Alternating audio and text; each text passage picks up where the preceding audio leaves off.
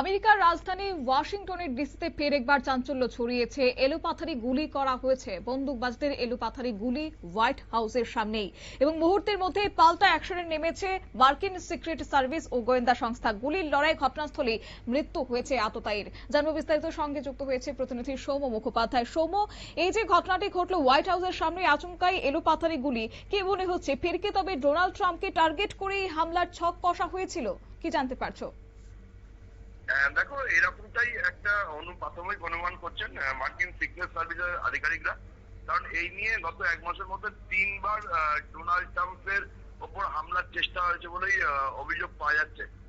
মার্কিন secret service সূত্রে একটি বিবৃতি দেওয়া হয়েছে, সেই বিবৃতিতে জানানো হয়েছে যে মার্কিন স্থানীয় সময় শনিবার সন্ধ্যে 6টা নাগাদ হোয়াইট হাউস থেকে ঢিলছোড়া দূরত্বে পেনসিলভানিয়া এভিনিউতে নিরাপত্তা চেক পয়েন্টের সামনে আচমকা এক যুবক এসে গুলি চালাতে শুরু করে।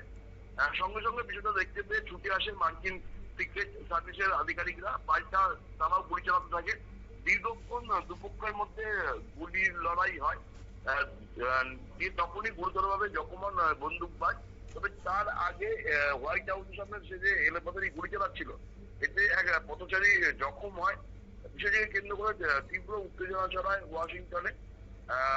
দুপক্ষের গুলি লড়াইয়ের পর যখন জখম হয়েছিল বন্দুকবাজ, তাকে সেখান থেকে উদ্ধার করে নিকটবর্তী হাসপাতালে ভর্তি করা হয়েছিল, কিন্তু সেখানে তার মৃত্যু হয়। সেটা জানা যাচ্ছে যে গুলির লড়াইয়ে আরো 2-4 জন পথচারী তারা জখম হয়েছে। মোট 12 রাউন্ড গুলি বন্দুকবাজ চালিয়েছে বলেই জানা যাচ্ছে। এবং যখন এই হামলার ঘটনা ঘটে তখন হোয়াইট হাউসের ভেতরেই মার্কিন প্রেসিডেন্ট ছিল, তবে তার কোনো ক্ষতি হয়নি। মার্কিন সিক্রেট সার্ভিসের তরফ থেকে যে বিবৃতি প্রকাশ করা যায় সেই অনুযায়ী জানা যাচ্ছে যে ওই বন্দুকবাজের বয়স 21 বছর এবং তার নাম হচ্ছে নাসির বেস্ট। তবে কি কারণে সে হামলা চালিয়েছে তা স্পষ্ট নয়। বর্তমানে গোটা এলাকায় ঘিরে রেখে মার্কিন পুলিশ এবং সিক্রেট সার্ভিসের আধিকারিকরা তারা তদন্ত করছে। তবে এই বিষয়টি নিয়ে চাঞ্চল্য দেখা দিয়েছে, কারণ এই নিয়ে এক মাসের মধ্যে 3বার মার্কিন প্রেসিডেন্টের উপর হামলা চালানোর চেষ্টা হলো বলেই অভিযোগ উঠছে। কিছুদিন আগে ওয়াশিংটনে একটি হোটেলে হোয়াইট হাউসের যে বার্ষিক নৈশভোজের অনুষ্ঠান ছিল, সেইখানে এক বন্দুকবাজ ট্রাম্পকে লক্ষ্য করে গুলি চালায়। সঙ্গে সঙ্গে তাকে গ্রেপ্তার করা হয়, তবে মার্কিন প্রেসিডেন্টের কোনো ক্ষতি হয়নি।